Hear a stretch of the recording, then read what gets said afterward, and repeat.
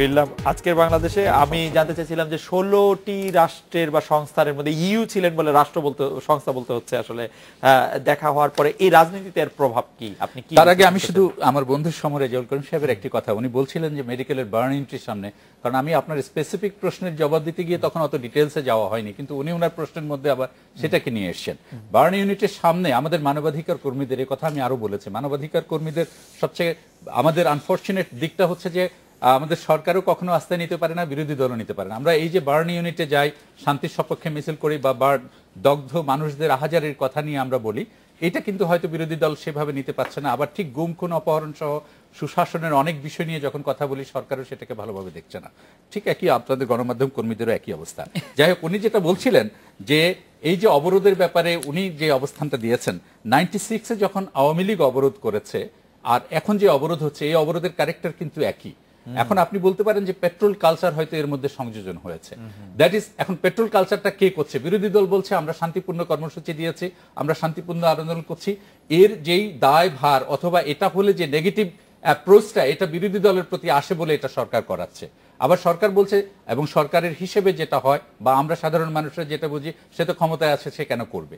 কিন্তু এই স্ট্যাটিস্টিক্সের পরেও দেখেন, কালকে পরশুদিন একজন সংসদ সদস্য খুব অনেস্টলি স্বীকারোক্তি করেছেন মানিকগঞ্জে যে আমরা 96-এ অসংখ্য অবরোধ করেছি, আমরা গাড়ি থেকে মানুষকে নামিয়ে দিয়ে গাড়ি পুড়িয়েছি। আর আপনারা এখন গাড়িতে আটকাই পোড়ান না, ঠিক আছে, আটকেই পোড়াচ্ছি কি বা পোড়াচ্ছি না, এরকম আটকানো পোড়ানো সেরাটনের সামনেও হয়েছে। সেরাটনের ঘটনাটা না, ঠিক আছে, সেটা বলেন, ওটা জুডিশিয়াল ডিসিশন হয়ে গেছে, ওইটা সেরাটন। আমি বলছি না কে পুড়িয়েছে, সেরাটনের সামনে তো একটা গাড়ি পোড়া গেছে। না, ওই যে এইরকম ঘটনা হয়নি না, কিন্তু একটা গাড়ি তো পোড়া গেছে মানুষ শুদ্ধে। সুতরাং কে পুড়িয়েছে আপনি বলবেন যে আমি যদি বলি আমি একাডেমিক ইন্টারেস্টে একটু খুব জানতে চাই যে আপনি যখন বলেন যে পেট্রোল বোমাটি আসলে সরকারের পক্ষ থেকেও পুরানো হতে পারে, সেটাকে আপনি বিশ্বাস করে বলেন? আমার না এটি একটা ফোঁটাও বিশ্বাস হয় না। কারণ যদি এই অবরোধকে মানে সফল করতে হয় তাহলে এই পেট্রোল বোমা লাগবে। যদি এই অবরোধ পেট্রোল বোমা না থাকে, এই অবরোধ হবে না, সাধারণ মানুষ সব জায়গায় চলবে। সুতরাং বিএনপির প্রয়োজনই, জামাতের প্রয়োজনই অবরোধ সফল করতে হলে সেটা লাগবে। সামান্য স্ট্যাটিস্টিক্স যেটা পত্রপত্রিকায় এসেছে বা সামাজিক যোগাযোগ মাধ্যমে এসেছে, ইন্টারনেটে এসেছে, অথবা বিভিন্ন পত্রপত্রিকায় এসেছে, না সামাজিক যোগাযোগ মাধ্যমের তো আমি বাদই দিলাম, কিন্তু যে সমস্ত পত্রপত্রিকা এসছে সেটা যদি 5% হয়ে থাকে, সেটাই বা কেন হবে? সেটার 100% কি কোন পত্রিকা বলছেন আপনি বলেন তো? না, বিভিন্ন পত্রিকা, আপনিও যেমন দেখেছেন, আপনিও বিভিন্ন পত্রিকা দেখে হয়তো আপনি অনুসন্ধান করেছেন। আর আরো একটা জিনিস আমার কাছে মনে হয় যে এটা বলা খুবই রিস্কি। সরকার যদি সরকারের বিরুদ্ধে থেকে এইসব নাশকতা করে, তাহলে তো ধরেন 21শে আগস্ট থেকে শুরু করে 15 আগস্ট সবগুলি নাশকতার দায় আসলে সেই সময়কার সরকারের উপরে গিয়ে পড়া উচিত। যে ধরেন কি বলে যে প্রত্যেকটি সিনেমা হলের মধ্যে হামলা, জজ সাহেবদের এজলাসে হামলা, আমার ঠিক মনে নাই, রেজা ভাই হয়তো আসলে অনেকগুলি বলতে পারবেন, তো সেগুলি কি সবগুলি সরকার করবে বা কোনোদিন সরকার করবে? তখন এটি বিশ্বাস করি নাই, এখনো বিশ্বাস করি না। আমিও আমার বিশ্বাসের জায়গায় এটা বলছি না যে সরকার এগুলি করতে পারে না। বিরোধী দলের ভাষা এটা, সরকারের ভাষা এটা। আপনি যেমন বললেন যে আজকে ক্রিকেট নিয়ে দুটি দল কিন্তু একই জায়গায় এসেছে, আগামীকাল কেউ হরতাল শিথিল করেছে, কেউ আনন্দ মিছিল করবে বা তারাও করবে। না না না, একই জায়গায় এসেছে আনন্দ করার ক্ষেত্রে। অবরোধ প্রত্যাহার না করলে আমি বলছি আনন্দ করার ক্ষেত্রে রেজা ভাই, না না, আনন্দ করার ক্ষেত্রে এক জায়গায় আছে, ঠিক তেমনি ভাবে গায়েবানা জানাজার ক্ষেত্রেও কিন্তু দুদল এক জায়গায় ছিল। যে যারা মারা গেছে তাদের গায়েবানা জানাজার ক্ষেত্রে আওয়ামী লীগও করেছে, বিরোধী দলও করেছে, 20 দলীয় জোটও করেছে। সুতরাং সেই জায়গায় তারা এক জায়গায় ছিল।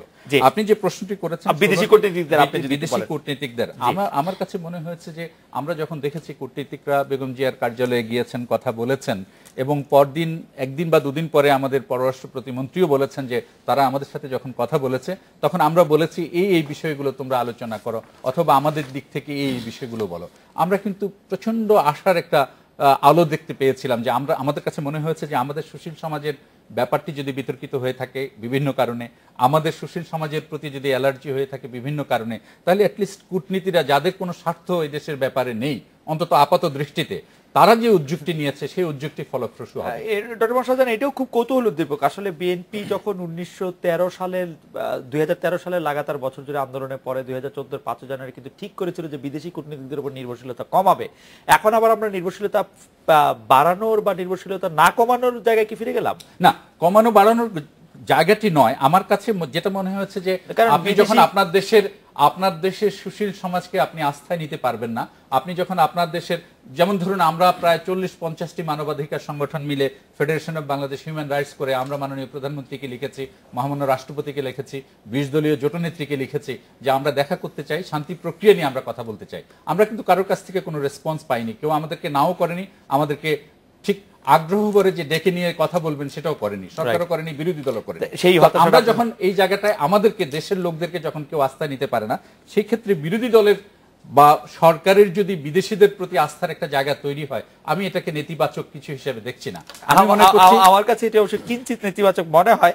যা হোক, সেটা নিয়ে আপনি আপনার অবস্থান পরিষ্কার করেছেন। আমি বেশ স্বাধীনতার পাঠক আপনার কাছে জানতে চাইবো যে পৃথিবীর সব সরকারের ব্যর্থতায় এবং আমাদের বাংলাদেশের ক্ষেত্রে বিরোধী দলের ব্যর্থতায় নেতিবাচক বা তৃতীয় একটি পথ বা শক্তি খোঁজা হয়। এই মানে জাতীয় নির্বাচন, স্থায়ী নির্বাচনে তার প্রতিফলন থাকে। জাতীয় পার্টি কি সেই তৃতীয় পথ মত হওয়ার ক্ষেত্রে কতটা এগুলো এবং ওই হরতাল অবরোধের রুলটা না? জাতীয় পার্টি একটা জিনিস, গত প্রায় 1991 থেকে এ পর্যন্ত সরকারি হিসাব মতেই রাজনৈতিক সহিংসতায় 2593 জন মারা গেছে, এই সাম্প্রতিকটা বাদ দিলে। আর 82 থেকে 90 কিন্তু এই সংখ্যাটা অনেক অনেক অনেক অনেক অনেক কম। তো এই যে 20-30 বছর ধরে যে একটা গণতন্ত্রের অবস্থাপনা চলছে, আমি এটাকে বলি democracy is now in a suicidal state. এটা জন অ্যাডামস নামে একজন রাষ্ট্রপতি বলেছিলেন যে ডেমোক্রেসির একটা টেন্ডেন্সি থাকে যেটা সুইসাইড করবে একটা পর্যায়ে গিয়ে। আর অ্যারিস্টটল গ্রিকের 30টি রাষ্ট্রের মধ্যে একটা সার্কেল করে দেখেছেন, এটা বারবার ডেমোক্রেসি হবে, মোনার্কি হবে, অলিগার্কি হবে, একটা সাইকেল। তো এই সাইকেলে এখন আমরা আছি অলিগার্কি পার্টে অথবা সুইসাইডাল ডেমোক্রেসি পার্টে। এখান থেকে তো একটা পরিবর্তন হবেই। এবং আমি মনে করি দীর্ঘদিন বাইপোলার সিস্টেম বাংলাদেশে চলেছে এবং এই সিস্টেমটা এই মুহূর্তে ফেইল্ড কন্ডিশনে আছে। আমার মনে হয় দুটি দলের যে কোনো একটি দল কিন্তু খুব বড় একটি বিপদের সামনে পড়ে যাবে। কোন দল আমি বলতে পারি না। যদি একটি দল বিপদে পড়ে, স্বাভাবিকভাবেই আরেকটি থার্ড দলটা এসে ওটাকে রিপ্লেস করবে। আমরা ওই রিপ্লেস দলটি হতে চাই। আমাদের কিছু সুবিধা আছে, কিছু অসুবিধাও আছে। আমাদের সুবিধাটা হচ্ছে যে আমরা অনেক দিন ক্ষমতার বাইরে আছি, প্রায় সেই 90 সালে ছিলাম, এবং আমরা এখন যে পর্যায়ে আছি গত 20-25 বছরে আমরা এমন কোনো নেতিবাচক কাজ করিনি যাতে আমাদের সমর্থন কমবে। সেক্ষেত্রে আপনাদের গাইডিং স্টারটা কিরকম হবে? আপনারা মুক্তিযুদ্ধের সপক্ষে? অবশ্যই আমরা মুক্তিযুদ্ধের সপক্ষে, বিষয়ে কোনো সন্দেহ নেই। মুজিবনগর সরকারের যে মনুমেন্টগুলো আছে এগুলো কিন্তু হুসেন মোহাম্মদ এরশাদের করা, এবং ক্ষমতা পাশাপাশি আবার ফ্রিডম পার্টিকে খুব সামনে নিয়ে আসার ক্ষেত্রে আপনারা গুরুত্বপূর্ণ অবদান রেখেছেন। বলে আসলে ফ্রিডম পার্টিতে তো গাদ্দাফির সাথে কানেক্টেড, এটাকে আপনি ঠিক মুক্তিযুদ্ধের সাথে কানেক্টেড করা খুব ডিফিকাল্ট। যেমন জাসদ অবশ্যই একটা মুক্তিযুদ্ধের সপক্ষের দল, কিন্তু জাসদের যারা ক্যাডার ছিল, আর্মস ক্যাডার, তাদেরকে পরবর্তীতে কিন্তু সেটিং করাটা খুব মুশকিল হয়ে গেল। আবার এরশাদ সাহেবের কারণে বিভিন্ন পীর তান্ত্রিক বা ধর্মবাদী দলগুলিও অনেক উত্থান ঘটেছে। আপনারা কি সেই দিকেও থাকবেন না? এটা হচ্ছে বাংলাদেশে পীর সবসময় ছিল, আছে, এবং তারা তো ডাইরেক্ট আওয়ামী লীগ বা মুক্তিযুদ্ধ বা কারোর সাথে কনফ্লিক্ট করছে না যতক্ষণ না পর্যন্ত তারা পলিটিক্যালি কোনো জঙ্গিবাদের দিকে যাচ্ছে অথবা একটা আদর্শ চাপে দিতে যাচ্ছে। তার আগ পর্যন্ত কিন্তু ইসলামিস্টদের সাথে ডাইরেক্ট কোনো কনফ্লিক্ট কিন্তু সংবিধান বা আমাদের আদর্শে কোথাও নাই। সো তারা সবাই যদি একটা আমব্রেলা আসতে পারে, ইটস ফাইন। আমি তো মনে করি যে জাতীয় পার্টি এমন একটা আমব্রেলা যে বিএনপি যদি কেউ মনে করে আমি করবো না, তার পক্ষে আওয়ামী লীগ না করা সম্ভব বলে তার পক্ষে কিন্তু জাতীয় পার্টি করা সম্ভব। এবং সেম অলসো ট্রু ফর, আমি মনে করি আওয়ামী লীগের জন্য। যদি মামলাটি সম্পর্কে আমি যতটুকু জানি সেটি হচ্ছে 6টি বিষয়ে রুল হয়েছে। এখানে একটি সাউথ এশিয়াতে একটা প্রবলেম চলছে, judicial activism versus judicial self restraint. ইন্ডিয়াতেও এটা হয়েছে, জুডিশিয়াল অ্যাডভেঞ্চারিজম একটা শব্দ ওখানে কিন্তু হয়েছে। 2007 সালে মনমোহন সিং বলেছে যে ভারতীয় সুপ্রিম কোর্ট অনেকগুলো পলিটিক্যাল ইস্যুতে অনেক বেশি ইন্টারফেয়ার করছে।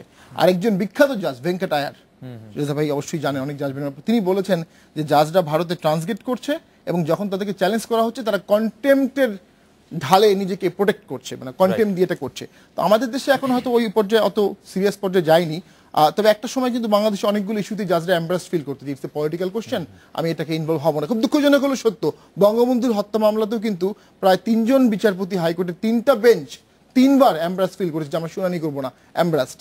তো আজকে সেই তুলনায় অবশ্যই জুডিশিয়াল অ্যাক্টিভিজম অনেক বেশি ওয়াইড।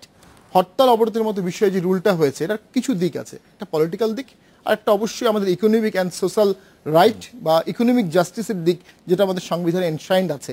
এর মধ্যে অবশ্যই বেছে বেছে যেগুলো পিওর সাংবিধানিক দিক, লিগাল দিক, সেগুলো অবশ্যই ডিল করা হবে। অনেকগুলো বিষয়ে রুল হয়েছে, রুলটা আমার যতটুকু বিষয় জারি হয়ে এখনো রিটার্ন হয়নি, অর্থাৎ ফাইলটা এখনো ফাইনাল স্টেজে শুনানিতে আসেনি।